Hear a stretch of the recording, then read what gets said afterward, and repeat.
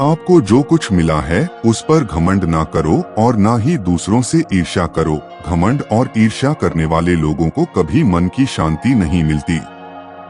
दोस्तों, आज की कहानी है घमंड का फल। तो चलो शुरू करते हैं। किसी गांव में एक किसान था, उसका नाम रमेश था। उसका एक पुत्र था जिसका नाम सुरेश था। रमेश को जंगल के उसे पर बस एक गांव रामपुर जाना था। उसके साथ उसका पुत्र सुरेश भी था। जंगल के टेढ़े मेढ़े रास्तों को लांघते हुए सारा दिन निकल गया पर उन्हें गांव दिखाई नहीं दिया। पिता पुत्र रास्ता भटक गए और अब वह ऊपर किसी रास्ते से जाते और नीचे दूसरे से आते, मगर नीचे पहुंचकर पाते जहां से उन्होंने ऊपर चढ़ना शुरू किया था उसी स्थान पर दोबारा आ गए। उन्हें रास्ते का सही अंदाजा नहीं लग रहा था, यहाँ तक कि वापस अपने गांव लौटने की वह सोच रहे थे, मगर गांव का रास्ता भी समझ में नहीं आ रहा था। वह भटकते रहे। इसी बीच सूर्यास्त का समय हो गया। सूर्यास्त का अंदाजा लगा। पिता पुत्र भयभीत हो गए। उन्होंने इधर उधर दृष्टि दुदाई। उन्हें दूर दूर तक जंगल ही जंगल दिखाई दिया। वह सोचने लगे कि अब जंगली जानवर हमें खा जाएंगे। मृत्यु के डर ने उनमें दहशत पैदा कर दी थी। वह पूरे जंगल में इस आशा और विश्वास के साथ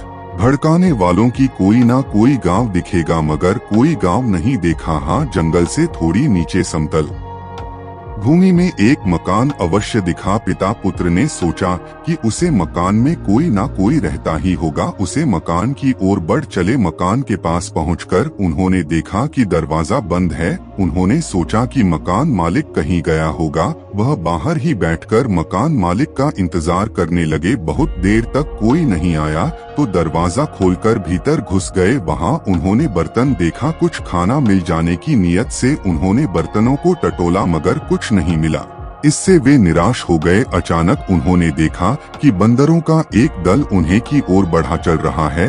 वह भयभीत हो गए और छिपाने की व्यवस्था करने लगे। वहां एक कोठी थी, वे उसी में घुस गए। बंदरों के दल ने जैसे ही मकान में प्रवेश किया तो पिता पुत्र को लगा कि बंदरों ने उन्हें देख लिया और अब मैं उन्हें खाकर रहेंगे, मगर बंदरों ने उन्हें नहीं देखा था। दरअसल यह मकान बंदरों का ही था। वे रात्रि का भोजन किसी मकान में बनाकर खाते थे। बंदरों ने चूल्हा जलाया और खीर बनाने लगे। खीर की सुगंध पिता पुत्र के नाक में घुसने लगी। वह भूखे तो थे ही, ऊपर से खीर की खुशबू ने उनकी भूख और बढ़ा दी। विचारों में ही वे खीर का स्वाद छपने लगे, मगर पुत्र को कुछ ज्यादा ही मजा आ रहा था। उसने अपने पिता के कान में कहा, मुझे जोरों से भूख लगी है, बंदरों से खीर मांगो क्या? पिता बोला, तुम पागल होगी कि भनक मिल गई तो वह हमें जिंदा नहीं छोड़ेंगे। पिता ने झट हुए कहा। यह सुनकर पुत्र कुछ क्षण चुप रहा। उसके बाद उसने अपने पिता से दोबारा कहा, पर पिता को क्रोध आया मगर विश्वास नहीं कर पाया। यदि वह क्रोधित होकर पुत्र को डांटे हैं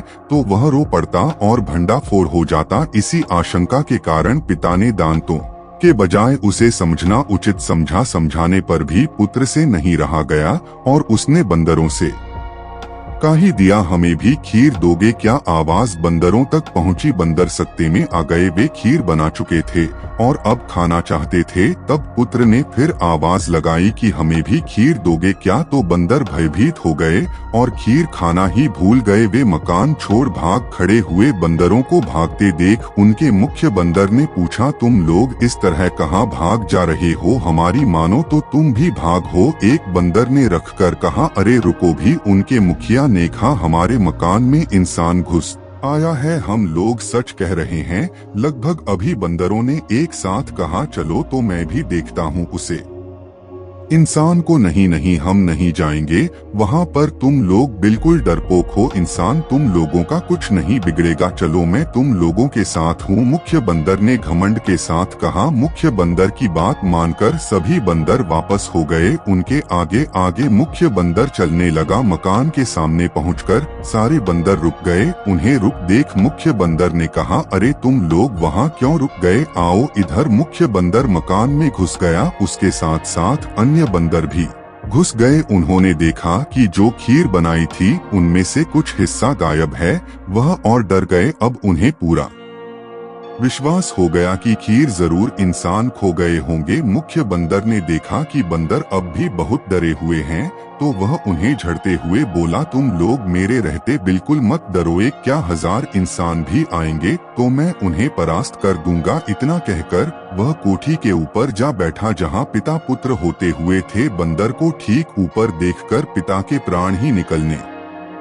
को हुए, पर पुत्र आनंदित था। मुख्य बंदर की पूंछ ऊन तक पहुंच रही थी। यह देख पुत्र ने कहा, पिताजी बंदर की पूंछ पकड़े क्या? पिता ने माथा ठोकते हुए कहा, अब तो मुझे लगता है कि तुम हमारे प्राण निकलवा कर ही चैन की सांस लोगे। पुत्र ने पिता की बात अनसुनी कर दी। उसने बंदर की पूंछ पकड़ ली। पूंछ स्पर्श होते ही मुख्य बंदर ने कोठी से कूदना चाहा, मगर उसकी पूंछ अब पिता पुत्र दोनों ने पकड़ रखी थी, इसलिए वह पूंछ छोड़ नहीं सका और जोर जोर से चिल्लाने लगा। मुखिया को विपत्ति में फंसा देख सभी बंदर खीर का पत्र वहीं पाठक प्राण लेकर भागे। मुखिया बंदर ने पूंछ छुड़ाने के लिए पूरा जोर लगा दिया, मगर बंदर की पूंछ तो नहीं छुट्टी तो टूट गई। मुख्य बंदर भी अपने प्राण लेकर वहां से भाग खड़ा हुआ। अन्य बंदर कुछ दूर बैठे थे, उन्होंने मुख्य बंदर की पूंछ टूटी देखी, उसमें से खून बह रहा था। तो एक बंदर ने सामने आकर कहा, आपको अपनी शक्ति पर बहुत घमंड था ना? या इस घमंड का फल है? हाँ भाई हाँ, मैं झूठ घमंड में आकर खुद को शक्तिशाली समझा। आज से मैं झूठ घमंड कभी नहीं करूंगा,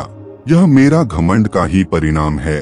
और उसे दिन से मुख्य बंदर सामान्य बंदरों के समान रहने लगा। अब वह अन्य बंदरों को कमजोर व खुद को शक्तिशाली घोषित नहीं करता था। इस कहानी से हमें यह शिक्षा मिलती है, हमें घमंड नहीं करना चाहिए। घमंड का फल हमेशा बुरा ही होता है। घमंडी व्यक्ति हमेशा नीचे गिरता है।